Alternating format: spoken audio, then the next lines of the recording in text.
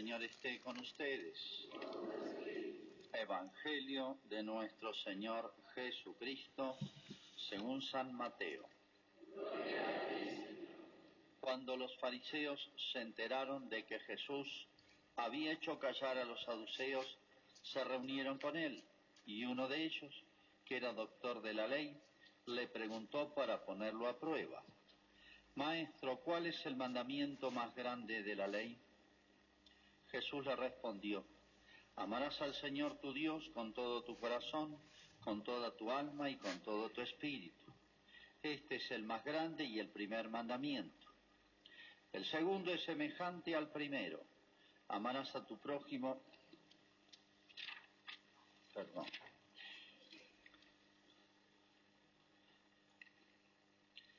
Jesús dijo a la multitud y a sus discípulos: los escribas y fariseos ocupan la cátedra de Moisés.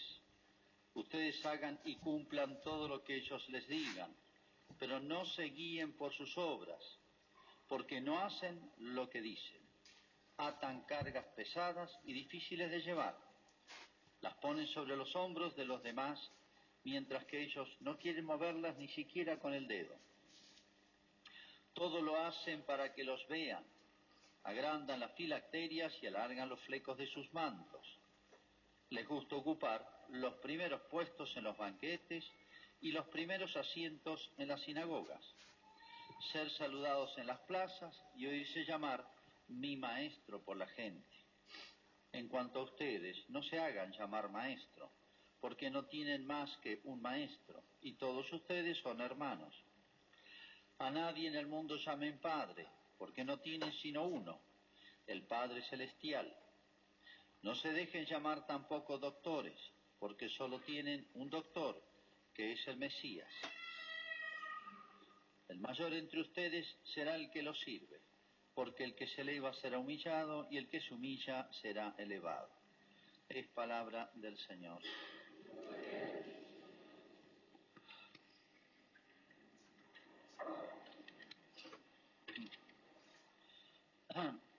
Por un feliz error, leí una parte del Evangelio del domingo pasado, que justamente es el párrafo anterior del que comentamos hoy, y se puede decir que son las dos caras de la moneda, cara y cruz, de lo que debe ser un cristiano, de la definición de un cristiano, dicho en dos palabras, y de la caricatura de un cristiano, que es lo que he leído hoy.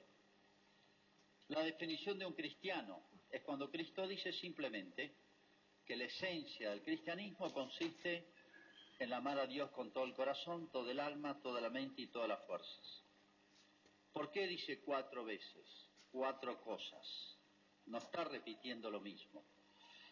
Todo el corazón significa lo más interior, la voluntad, la inteligencia. La mente, significa la inteligencia, lo que yo de la verdad. El corazón le agrega la voluntad.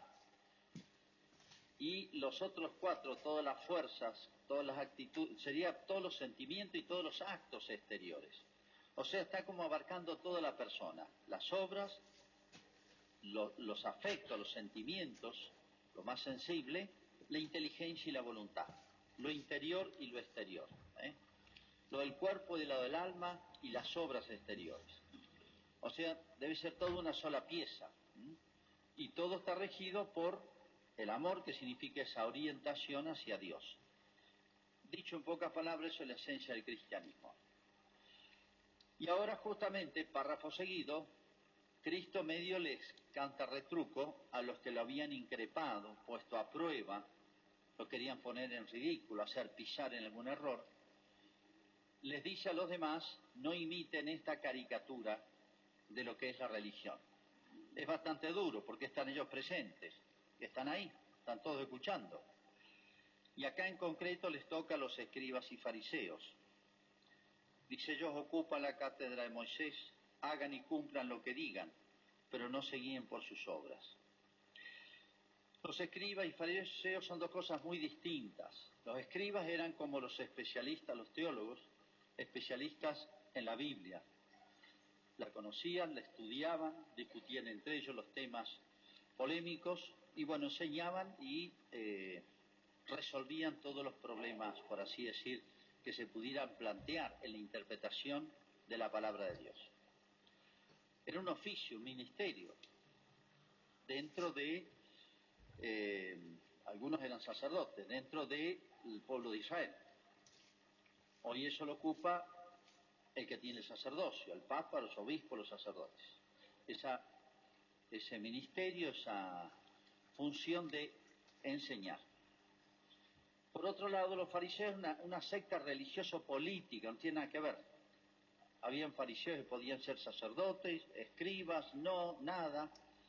Era un grupo muy politizado, pero que sobre todo mezclaban o confundían, mejor dicho, la religión con la política. O sea, toda su fuerza era para independizarse de la anexión a Roma. Israel había sido anexado a Roma.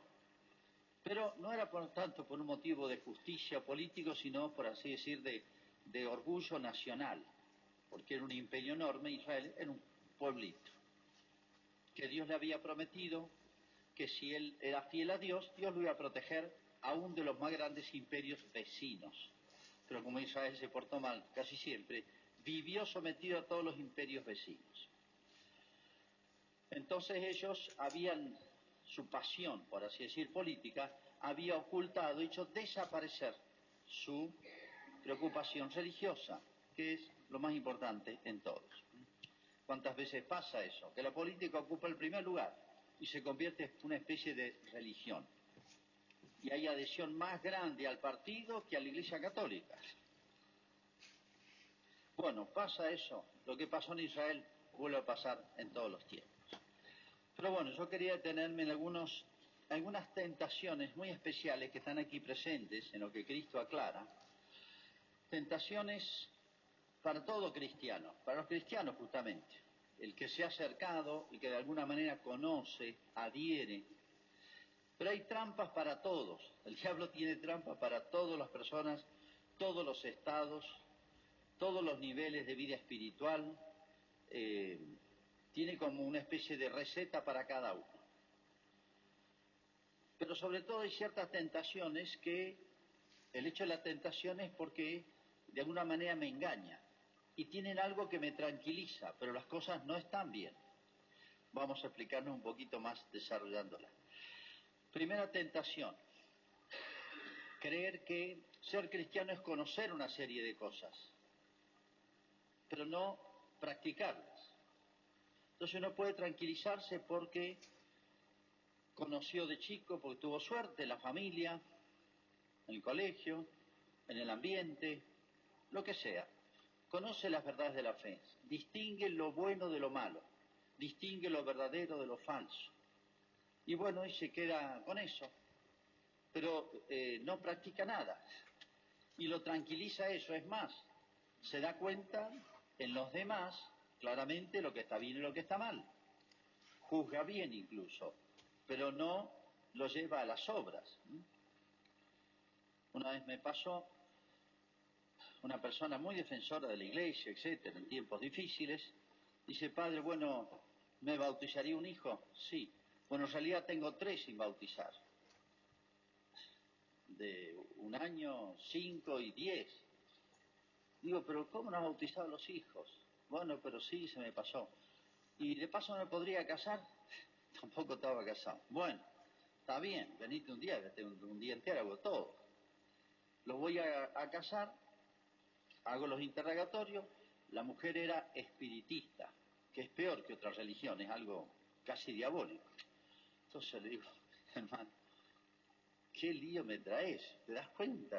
Esto no sé por dónde empezar a arreglarlo. Dice: padre, ¿por qué duda a mí si yo soy católico, apostólico y romano? No sé en qué consistía. Había tenido buena formación todo, pero ni la elección de la novia. ¿Para qué le sirvió el noviazgo? Llevaba años sin bautizar los hijos. O sea, yo no sé en qué consistía. ¿Para qué servía saber todas esas cosas? Uno puede saber mucho, pero no practicar, ¿no? Bueno, hay un dicho que dice: si no vives como piensas, terminarás pensando como vives. Recuerdo también un sacerdote que dejó el sacerdocio muy capaz y muy querido, pobre, y él, antes de irse, se despidió, hizo una misa de despedida. Y les dijo esto: miren, todo lo que yo enseñé es correcto, síganlo, no duden. Aunque pueden dudar de mi persona, pues yo no cumplí. Yo soy infiel. Pero no olviden ni duden de lo que yo enseñé, porque es lo que enseña la Iglesia. Pobre, hizo un gran acto bueno antes de irse. Bueno, es muy... cuando hay una persona que conoce las cosas de Dios, las verdades de la fe, de la moral, la visión cristiana de las cosas, y no las cumple, especialmente esto va para el sacerdocio, desde el Papa para abajo, nosotros, choca. Vale para todos, vale para una catequista, vale para una persona cercana a la iglesia, un profesor, un docente católico. Mirá, este es católico y sin embargo, y queda lo que uno enseña, produce, en vez de producir adhesión, puede producir repugnancia por la persona. Les habrá pasado muchas veces que una persona que no es coherente con lo que piensa en su vida, ¿no? No es coherente en su vida con lo que piensa, hace odiosa las cosas buenas y verdaderas. Lo habrán experimentado. Segunda trampa. En estas personas se quedan tranquilos, pues yo la tengo clara. Otros, sin embargo, tienen ideas confusas, pero yo la tengo clara. Entonces eso tranquiliza la conciencia. Y me parece que estoy bien, y no estoy bien, estoy mal. Segundo caso. A veces tenemos obras buenas, exteriores, con Dios, en nuestra vida cotidiana, en la familia, etcétera, pero a veces el corazón es lo último que uno entrega a Dios. Y en el corazón pueden crecer grandes vicios, sobre todo la soberbia. Entonces, es los fariseos, yo cumplo todo, decían a Cristo, como diciendo somos perfectos. Yo pago el diezmo, cumplo con los ayunos, voy al templo 3 veces por día, etcétera, etcétera. Sí, todo, exteriormente todo iba, pero interiormente no. Tan no que no lo reconocieron a Cristo y lo condenaron a muerte. O sea, algo raro había ahí. O sea, si no tuvieron la capacidad, la lucidez para darse cuenta con todas las pruebas que dio Jesucristo con su persona y sus obras de quién era, y llegaron hasta el extremo de pedir juzgarlo y pedir su muerte, se ve que esas obras, aún con Dios, no valían nada. O sea, no sé para qué sería. Pero les tranquilizaba la conciencia. Nosotros cumplimos. ¿Se acuerdan la parábola esa de Cristo del fariseo y el publicano? Dice que parado en la iglesia, decía, te doy gracias porque no soy como los demás. ¿Ven? No soy como los demás. Yo cumplo el ayuno, el diezmo, esto, las celebraciones litúrgicas, voy a los actos religiosos. Te doy gracias porque no soy como los demás. O sea, esas obras exteriores no servían para nada. Me acuerdo un caso en algún lugar del mundo, una mujer que era muy piadosa, novenas, nunca faltaba misa, todo. Su hija quedó embarazada y la presionaba para que abortara. Y uno dice, ¿pero cómo puede ser esto? Sí, puede ser. Se tranquiliza la conciencia pensando que es buena cristiana, porque exteriormente cumple. Quien la viera de afuera dice, pero este es un cristiano ideal, un santito, una santita. ¿Y cómo de golpe esa barbaridad? Y porque en realidad no era una religión del corazón. No había amor a Dios con todo el corazón, todo el alma, toda la mente, las fuerzas. No, habían actos exteriores, yo diría vacíos. ¿Puede ocurrir eso? Sí, puede ocurrir. Hay gente que viene o practica, como se suele decir, exteriormente cumple, pero es casi una rutina, diría. Hay que tener cuidado porque es una tentación. Sacar a Dios del corazón y dejarlo en algunas obras exteriores que me tranquilizan. Ojo, no hay que oponer una cosa a la otra, hay que sumar una cosa a la otra. Pero hay que ver un orden. La esencia de la religión, nos dice Cristo en el Evangelio, o sea, el párrafo anterior de San Mateo, consiste sobre todo en lo interior. Tercer caso, una especie de esquizofrenia. Llamémosle así, una especie de esquizofrenia religiosa. O sea, yo cumplo con Dios, Sí, todo el mundo en la misa, ¿no? Bueno, está bien, es algo central. Y otras cosas exteriores, qué sé yo, vengo a la procesión de la Virgen del Rosario, etcétera, bueno. En la Semana Santa voy al Vía Crucis, etcétera, etcétera. Pero mi vida profesional puede ser el comercio, puede ser el ejercicio de una profesión, donde esté, no tiene coherencia con la vida cristiana. Va por otro lado, como si no estuviese sujeto a los mismos principios. Si soy cristiano adentro, afuera, en un lugar y en otro. Digo esquizofrenia porque hay como una doble personalidad. Es una especie de desdoblamiento del anterior, digamos, en este caso. Pero me quedo tranquilo porque cumplo con Dios. O sea, doy a Dios lo que es de Dios y al César lo que es del César, me diría. Pero en realidad está poniendo al César contra Dios. No serían cumpliendo dos obligaciones, sino con una borrando la otra. Porque en su vida profesional, su vida, lo que sea, comercial, lo que sea, está contradiciendo la moral cristiana, las cosas de Dios. Cuarto caso, buscar agradar a los hombres y no a Dios. También todo esto lo hacían estos hombres que Cristo critica en este caso. O sea, hay personas que tienen como, o es una tentación para todos, no tener problemas. Y hay personas que se quedan tranquilas porque yo no tengo problemas con nadie. Esas personas son sospechosas. ¿De qué sospechosas? Digo, examínense. El que no tiene problemas con nadie es porque omitió muchas obligaciones de hacer cosas buenas, de defender las cosas de Dios, de difundir las cosas de Dios, porque causan problemas.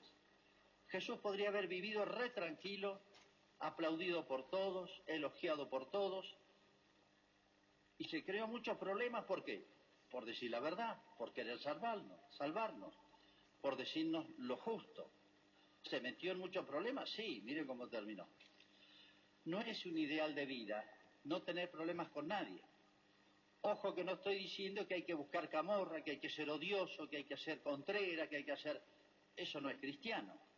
Simplemente la vida nos va a dar mucho, o nos va a exigir en muchas oportunidades, definirnos. Definirnos en el sentido de bien, de buenas maneras, en mi familia, en mi trabajo, en mis ámbitos, de corregir, decir las cosas no son así, cuando se habla mal de Dios, de las cosas de la iglesia, o la verdad, o la justicia. El que calla siempre, el que se borra siempre, eso no es un cristiano, sino que está pensando en sí mismo. No es amor a Dios con todo el corazón, todo el alma, todo. Si a mí me insultaran a mi madre y yo me quedo callado, cualquiera dirá, no defendió ni a su madre. Entonces, ¿cómo a veces hasta un equipo de fútbol defendemos con más ahínco que las cosas? Cuando digo las cosas de Dios, no es que sean solamente de alto nivel teológico. Me refiero a las cosas justas, verdaderas, legítimas, de buenas maneras, con caridad, con misericordia, la mejor manera que podamos, pero a veces no podemos callar. Finalmente, bueno, esas personas, en todos estos casos, la tentación consiste en, yo me quedo tranquilo, se me tranquiliza la conciencia porque algo bueno tenga. Yo por dentro soy cristiano. Entonces me tranquiliza eso. Ser cristiano es todo. Bueno, digo, finalmente hay personas que son muy críticas con los demás y muy condescendientes, laxos, complacientes consigo mismo. Suele haber una ley psicológica que puede enunciarse así. Las personas que son muy críticas y buscadores de defectos y difusores de defectos ajenos, etcétera, suelen ser muy ciegos, condescendientes consigo mismo. Es inversamente proporcional. El que es más duro con los demás es más blando consigo mismo. Y el consejo del Evangelio es al revés. Dice un texto de la Escritura, el justo, sea el recto, el santo, se juzga a sí mismo. O sea, es exigente consigo mismo. No es que sea ciego con los demás, no es que sea ciego ante las faltas ajenas, como un padre, una madre, un docente, un amigo. Uno tiene que ser lúcido. Pero una cosa es ser lúcido y ayudar a los demás a salir de su mal, su error, su falta, su pecado, lo que sea, y otra cosa es, casi diría, complacerse en esa especie de deporte mundial que consiste en el gusto de publicar y de difundir faltas y defectos ajenos. Y uno tranquiliza la conciencia para decir, como el fariseo, yo no soy como ellos, te doy gracias, Señor. Capaz que soy peor, pero no me doy cuenta, porque la atención del hombre o se dirige a los demás o a uno. Y resulta que a veces es una cosa, esa persona a veces hace hasta un papel a veces ridículo, porque quien lo conoce y es tan duro y exigente con los demás, y uno dice, uy, si se viera a sí mismo, pero esa persona a veces no se da cuenta. Y al ser exigente en los juicios con los demás, tranquiliza su conciencia, como diciendo, como el fariseo, te doy gracias porque no soy como ellos. En realidad, creo que no soy como ellos. Pero el día del juicio, yo seré juzgado por mis obras. El día del juicio no me va a preguntar Jesús, a ver, ¿qué opinas de los demás? A ver, dame una manito para juzgar a los demás. No, vení para acá, te tocó a vos. Por eso es buen consejo el de la Escritura, ser exigente con uno mismo y ayudar a los demás y ayudarnos entre todos para poder llegar al cielo. Hacemos nuestra profesión de fe. Creo en un solo Dios,